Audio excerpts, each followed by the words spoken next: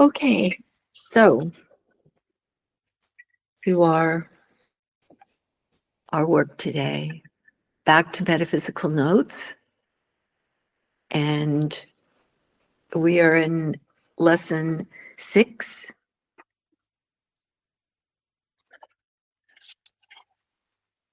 Lesson 6, making the adjustment.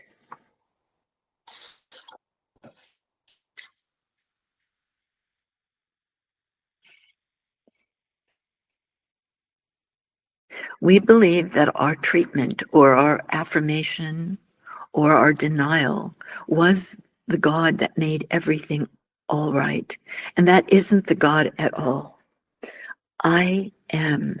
And every time you say, I am, you are declaring the presence and the power of God in your experience. You could go all through the balance of your career without a treatment, without a lesson, without reading a book, and find greater harmonies, greater peace, greater health than you've ever known, just with the simple realization of, thank you, Father, I am. I am, not will be and not shall be. I am, not ought to be and not deserve to be. Just thank you, Father. I am. In fact, if you just say, thank you, Father, God is, it would be just as well. Just the acknowledgement of deity, just the acknowledgement of an infinite, invisible presence and power, which is a reality of your own being. That's all anybody ever needs. All these books we're writing and all these notes we're taking and all these talks and lectures and all the meditations, they have only one purpose, and that is to bring you to the conscious realization that I already am. Funny, isn't it? All these years and just now waking up to the fact that I already am. Yes, that's the purpose of our reading. Our reading will not establish God. Our reading will not make error any less error than it is. It is already nothing. Our reading and our meditation is only for the purpose of coming into the realization that that which has been since before Abraham and is now and ever will be really and truly is that life. Now, when you stop to think then of the fact that many, not well-rounded in any metaphysical teaching, have not had the approach of the real spiritual nature and infinity of their own being, and that others have gone through different approaches, thinking of themselves as humans with demonstrations to make, and that now we are all met together in one place for one purpose, the denying of that whole humanhood we were so busy demonstrating, denying it because it's an illusion, a false sense of reality, and that we are admitting the one thing, the revelation of Jesus. Hast thou been with me so long, Philip, and hast not known? Thou seest me. Thou seest the Father that sent me. It is no wonder there will be questioning. The question comes up, who and what is the authority for all this? And it would be easy to turn around and say, well, Jesus is. Haven't you read the New Testament? But it would be wrong to put the responsibility on any person and say that any person is authority or responsible for this. It may well be true that there is a man of Galilee and that he gave us this teaching and its approach. And of course, I myself, from an inner conviction, believe very firmly that there was this man named Jesus. That hasn't anything to do with the teaching. The authority for the teaching is in the results, what it has accomplished, what it is accomplishing for those who live by it. In other words, the proof of the pudding is in the eating. not the originating recipe. Even though Jesus may have or did give this truth to the world, he was certainly not the originator of it. Throughout his whole record, we find credit given to the Hebrew prophets and the lawmakers. They who study comparative religions or the philosophies of the world will find every statement that Jesus made in the same or in other forms with the same essence back for a couple of thousand years before Jesus. So it isn't necessary to pin any authority on to a man or on to a woman. The authority is its demonstrability. The authority is its usability. There's the authority for it. The very moment you begin to take the attitude toward life that there is a benefic power, an all-knowing, omnipresent, omnipotent being, and let go of your personal effort, you find that this principle works. You will become the authority and your own demonstration. There is a second part to this presentation as I'm giving it to you. I don't know of any other presentation that makes of this a major point, makes of it not only a major point, but equal with the first one. This second point that I make is not easily found in the teaching of Jesus, so we can't go back to him for authority. We can find a few quotations of his that bear it out, and that would hardly be going to him as authority for the principle. And that is what I've given you as to the nature of error. The newest approach that you will find to this is in the teaching of Herbert Eustace. He's taught the vision that error, that which the world calls error, sin, disease, and death, is not person, place, or thing, and therefore is not to be tackled from that standpoint. So that part of his teaching is quite similar to this. In many ways, it parallels this. But aside from that, I would not know where you might go in the metaphysical world to find error handled. You might say, well, perhaps it isn't important. I'm going right on record and tell you that I think it is more important than knowing you are spiritual. There have been people all through the ages who knew there was a God and who knew that they were close to God, yet nowhere with their personal demonstration of health and harmony. The entire metaphysical field is missing the boat on this very point, making it necessary for new writers and new teachers to come along until enough come along to change the whole situation that exists. What do you think is wrong in the metaphysical field? There is something wrong if there wasn't the Christian Science movement with 70 years advance and an organization that is worldwide spread and so perfect as an organization would be encompassing the world with its healings. Every metaphysician in the world would be glad to flock to it, and with unity that began in 1894 or 1892, and with all the other metaphysical movements that began in 1890. Why, you know, by now half this world ought to be metaphysicians. If you think of them with 75 years head start and our group here of 2 weeks, can you imagine what ought to be happening in all the rest of them? They ought to have audiences of thousands, and they would have it if they were bringing out what you originally went to them for: your health, your peace of mind, your well-being. Now, there are lots of people who are finding in Christian Science, in unity, and in New Thought, and all these various teachings, the very things they need. There's no question about that. That none of these are meeting it on the full basis which they should be meeting it shows that there is something lacking. Now, there's nothing lacking with their integrity. There's nothing lacking with their love of mankind.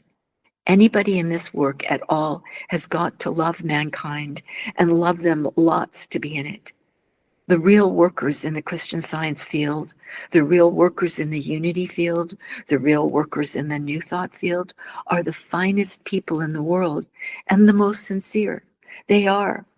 Do not fool yourself about that. But there is something beyond that. That something comes down to one single point. The healings aren't there that should be there. And there must be a reason for it. Until you put your finger on that reason, we'll keep on the same way that we have been the last 25 years. There will be 100 of us coming to metaphysics and 10 of us having our needs met. The other 90 will be struggling and going from practitioner to practitioner, from teacher to teacher, and from book to book. No, there is something wrong. Too many people in the metaphysical world are still trying to reform and heal men and women and remove disease. That's where the trouble comes in. There can't be a God and a sin and a disease. Anyone who thinks so is back in the old theological world. There they not only have God, but even go to church and pray to God to heal their diseases. We don't do that in metaphysics. Not in any branch of metaphysics that really knows what it's about. You don't come to this work to have your diseases healed. You come to realize that you are not a human being, that God is the life of you and the mind of you and is eternal. All that appears as sin and disease is just this vast universal belief that comes hammering against your thought and which you first accept in and then try to get rid of. The secret of harmony, whether in health or wealth, is the impersonalization of God and the impersonalization of evil. Take my word for it. That's the truth. And don't try to evade this thing by saying, oh, we're not concerned with healing anybody. We aren't interested in healing anymore. You bet we are. We are very much interested in it. Otherwise, we should be out in some other type of work. This work is dedicated to the purpose of bringing out harmony in the mind and body and pocketbook of individuals. We can go all the way back to Jesus for this. John in prison gets a word and asks him, art thou he that should come?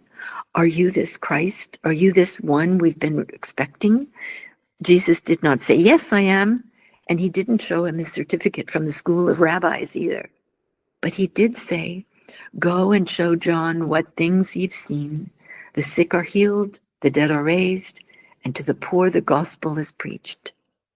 Now, if there is any other proof of the righteousness of spiritual truth, if there's any other measuring rod, you have got to get outside the kingdom of Christianity for it. In Christianity, there's only one measuring rod. Go and show John. Through this truth, the sick are healed. So don't turn around and say, oh, we don't care about healing. Jesus never got so superior that he did not heal the multitudes and supply them too with fishes and bread. He didn't get above them. He stayed right there where they were and met their needs in their level. He stopped the storm at sea.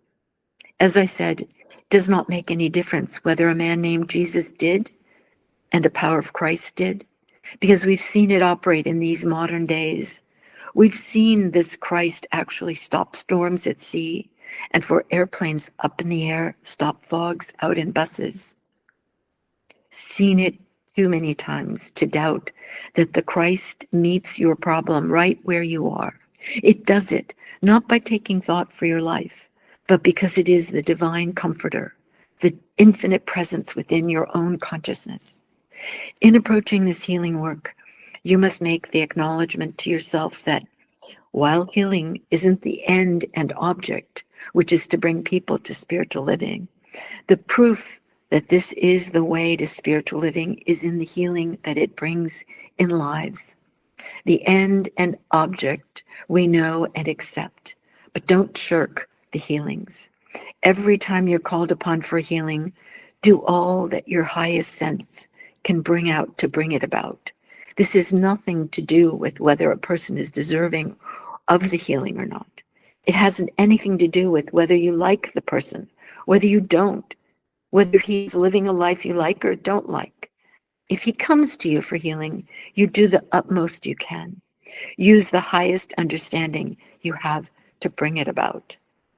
That does not mean to let some people use up your time and energy in sitting around and arguing this science. This proof with you, or that want, this proof with you, or that does not mean to let some people use up your time and energy in sitting around and arguing this science, this proof with you, or that want to refute it or combat it. They deserve to be healed too, and they'll get over that trait. But take them as absent patients. Do your work for them absently. Those to whom you give your time and permit to take up your time are those you feel are on this path because they want to know the truth of being. They are hungry for it. And if you have the bread and the water and the wine to give them, it doesn't make any difference whether you sit up all night or get up to go calling in the middle of the night or what you do. That's what you're here for. That's your purpose of being in this work. But for those who merely want to sit around and argue some philosophy of life or prove how wrong you might be, don't let them take up your time. If they want help for healing or for supply, let them phone you and ask for help and give them the help absently. Give your time and attention to those who humbly say, "Give me something to drink. Give me of this pearl of great price," and then give it to them. Now, I said that in approaching this healing work, we were going to have questions and answers. I've been doing the questioning and the answering so far. In this approach, always remember that the second half of our presentation, the first half was right identification, realizing your spiritual identity and the infinity of your own being has to do with the impersonalization of error. Not pinning it on a person and then trying to get rid of it there. Remember that it is somebody hypnotized asking you to remove their white poodle. Don't be in a hurry to remove their white poodle, because that will prove you are hypnotized too, and it would be the blind leading the blind.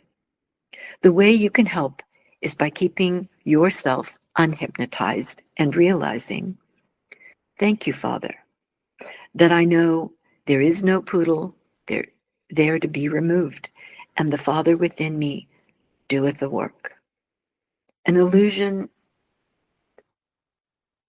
illustration came to me today, which originally came from ancient scripture or ancient literature, and that is this. If you were in a little boat on a river and another little boat came along with no one in it and it bumped into you, you would not get mad about it.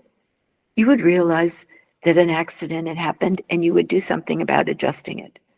That's all there would be to it. But supposing that the boat came along with a man in it, then you'd get mad because he'd bumped into you and nearly hurt you and wasted your time. There's just the point we're making. A person comes and says, "I'm sick," and we immediately go back to review it, to do something about the person. Actually, there isn't any person there at all. There is an empty boat. The error isn't a person at all. It's just a little accident, a little belief, and it is impersonal error, not personal at all. So when this little boat starts coming to you, don't get mad at it. Just make a little adjustment in your realization that it is nothing. So when a person says, "I'm sick," or "I'm sinning," or "I fear," try to visualize that empty boat. There isn't any person there. There's no purpose in answering back to a person or trying to correct him or heal him or bawl him out. Do you see what I mean?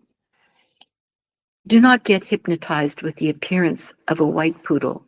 There isn't any. Don't get hypnotized with an appearance called a disease or a sin. There isn't any. It's an appearance coming to you. You've got to learn to be quick to realize that it is only an appearance, and you can't do anything to that non-existent white poodle or the man who isn't in the boat. The more quickly you learn to treat every problem that comes at you in that way, the better healing work you will do. And one of the reasons why more isn't being done in the metaphysical field is that too much attention is being paid to heal or change or correct or improve people or get rid of sin or get rid of disease. The field is getting mesmerized with the appearance instead of being the practitioner who isn't fooled by the appearance. Have no more of sending out thoughts to people. All you're doing is manipulating the human mind. Don't do it. If you have to treat yourself. Treat yourself against the belief that God ever created a mortal anywhere on earth to be sick or sinful. And if God didn't create a mortal, there are no mortals. Then that whole picture is like our white poodle illusion. Unless you pay attention to both of these parts of this particular unfoldment, you are not working along the line of this teaching. Don't try to parallel this with any other. Try to take this as it is, of itself, and either make it work or try hard to make it work until you find you can't, and then say, well, I guess I was on the wrong track, or it wasn't for me. But don't try to work it in. Don't try to see how it fits in with what you thought Christian Science was, or unity was, or New Thought was. Don't do it because I'm telling you frankly that it won't work. There are too many things in all of those teachings that are not included in this at all and would only be fog the issue. There are only two parts to this presentation that I'm giving you. One is the infinite nature of your own being as the very I am of God.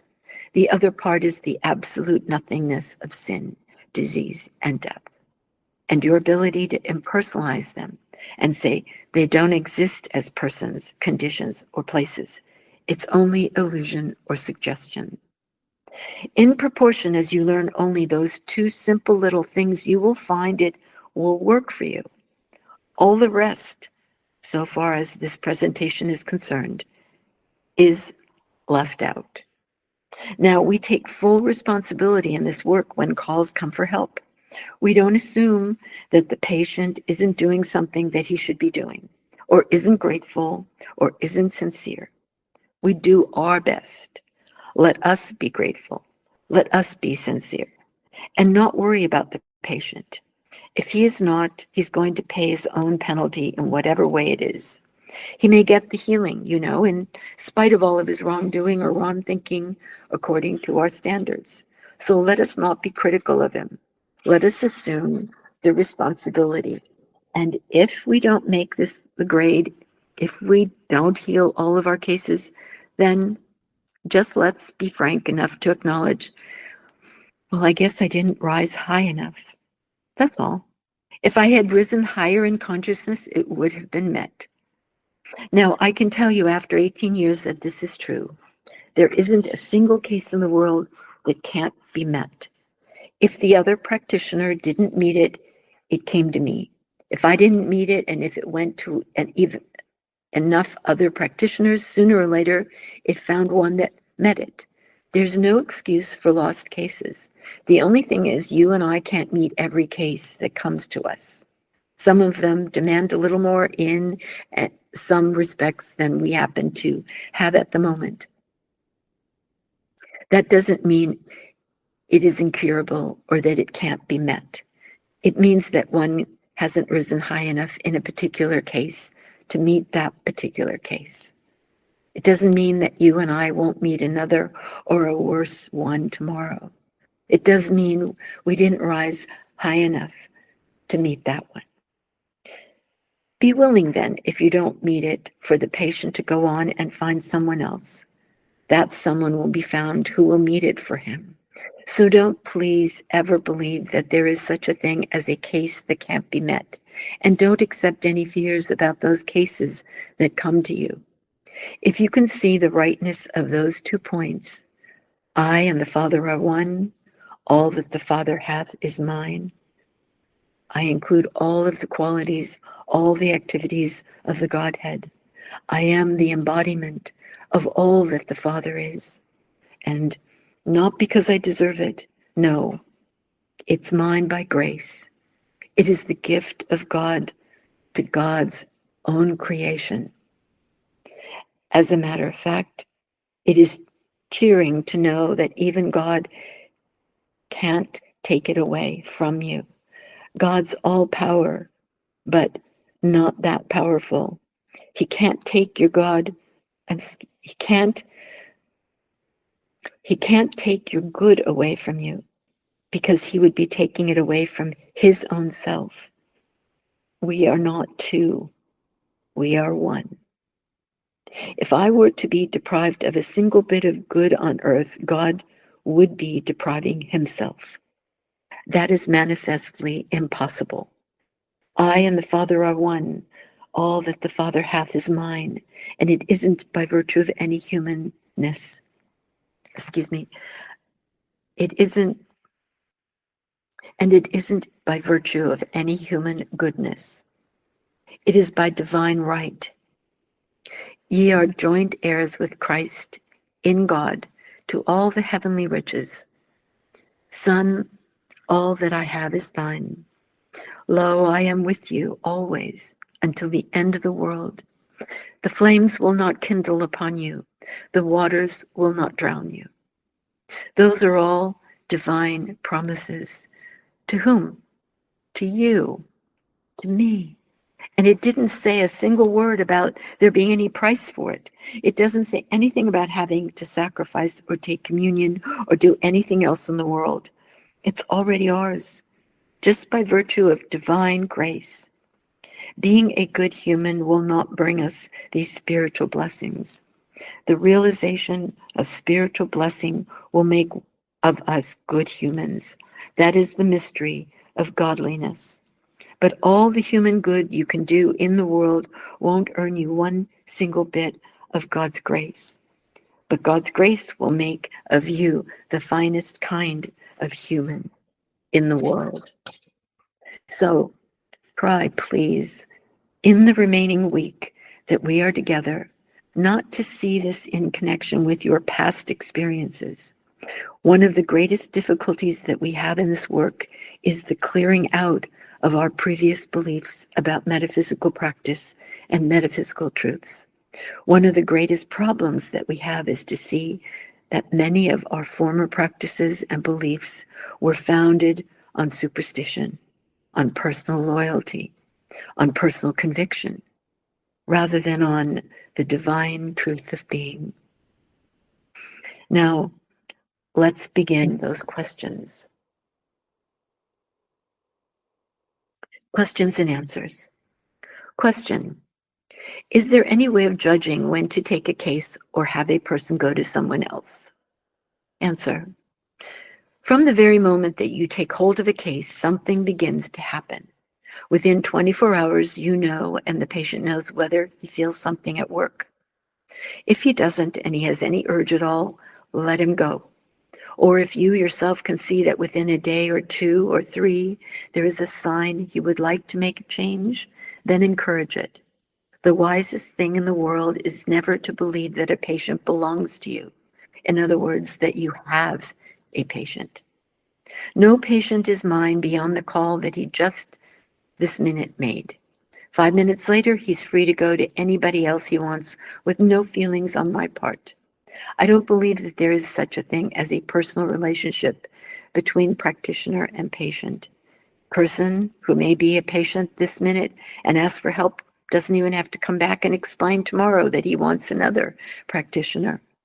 He's not obligated to me 1 minute beyond the minute he asks for a treatment. After that, he's through. If he comes back the next day or that night or so, he's doing that of his own accord. But I have no hold on him and want none. Never. Sometimes I've had cases that don't seem to respond right away, but the patient says, I want you to go on with the work. Well, that's all right. You can be sure he's feeling something in there, or he would not want to be going on with the work. It may not yet be the healing, but there is something there that makes the patient say, no, I want you. There is some bond. As long as he wants you, you keep on.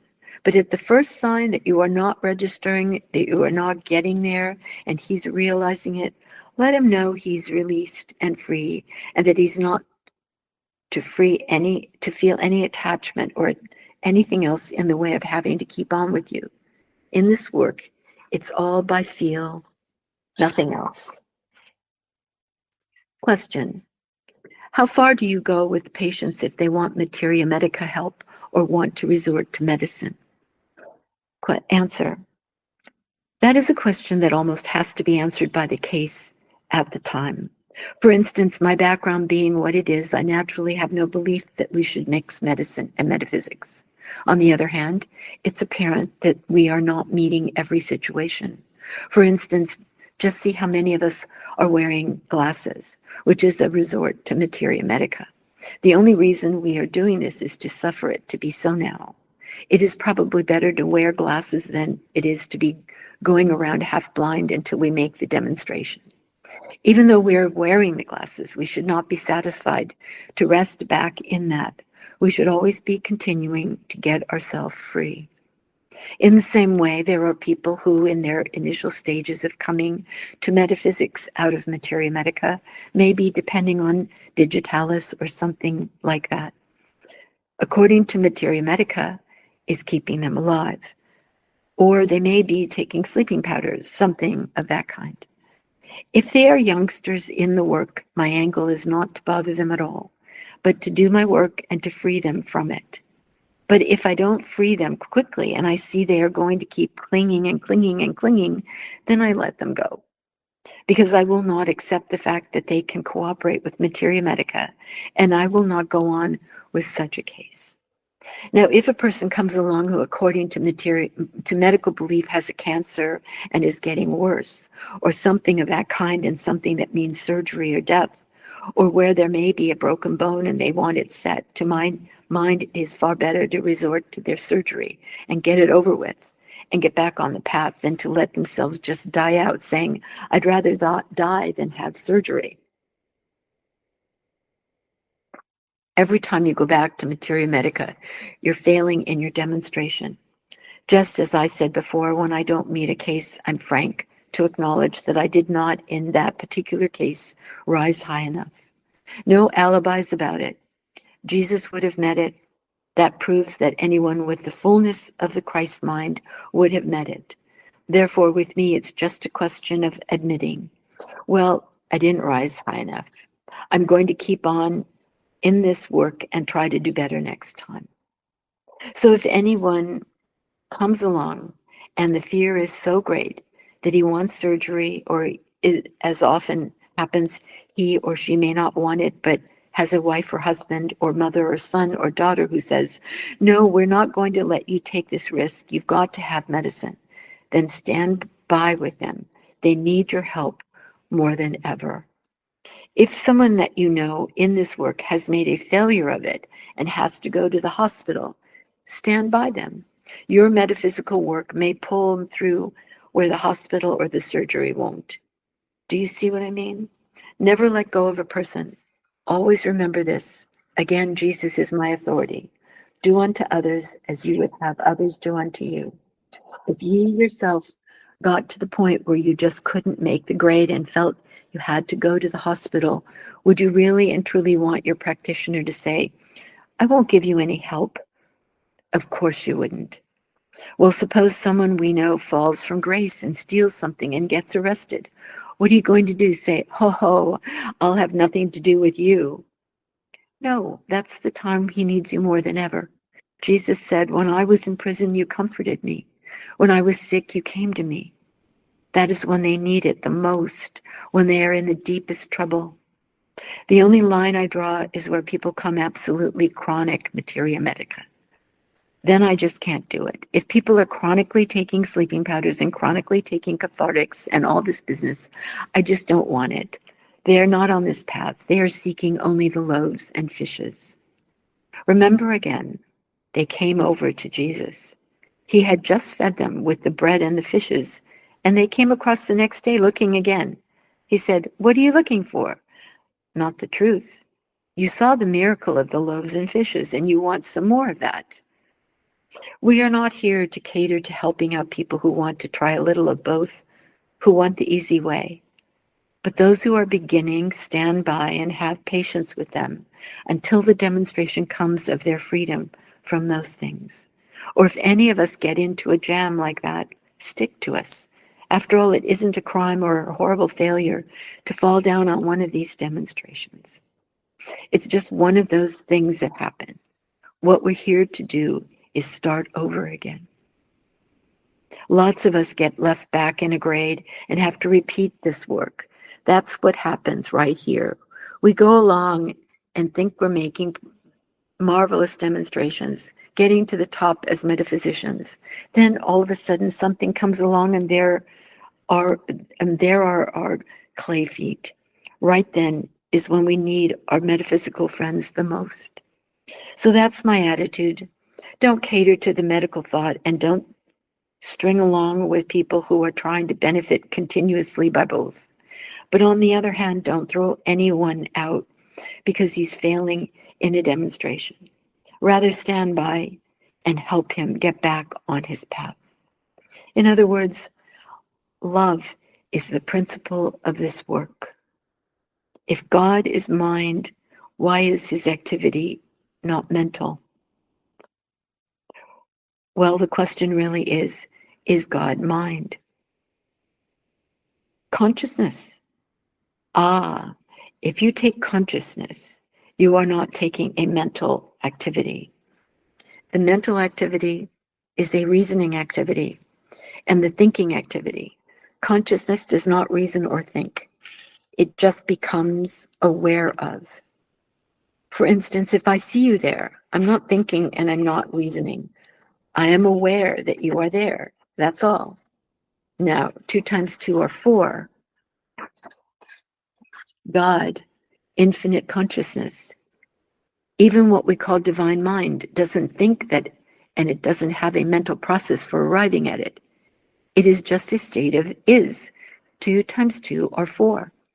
Now, mind does not make it so. There was no time when it was other than that. There was no time in creation when 2 times 2 became 4. Therefore, there's no process of making them 4, and therefore, there was no mental activity. The only mental activity was the one of awareness. 2 times 2 always existed as 4, but mental activity consisted of being aware of it. Do you follow that? When I said we are not working on the mental plane, what I meant was in that the only activity of our mind is one of awareness. We become aware that you are spiritual, that you are the divine being, that sin, disease, death are illusions, just nothingness or mesmeric suggestion. But we do not go through any mental process to make it so.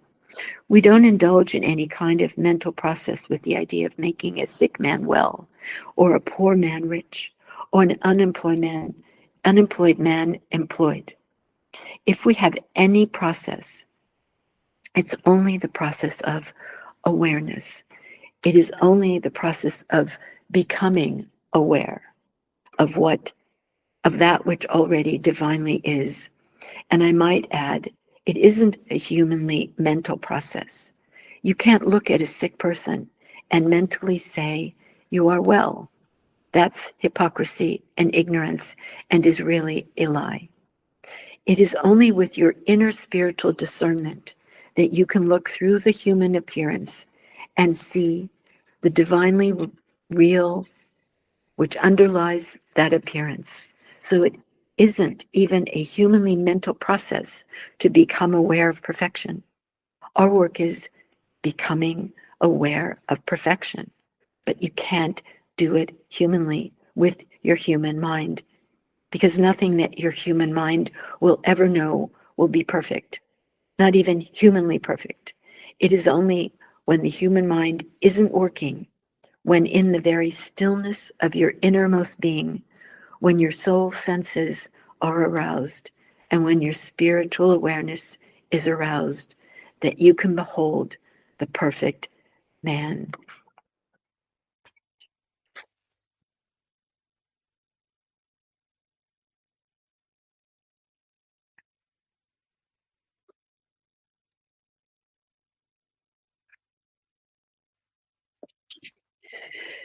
Thank you, Joel.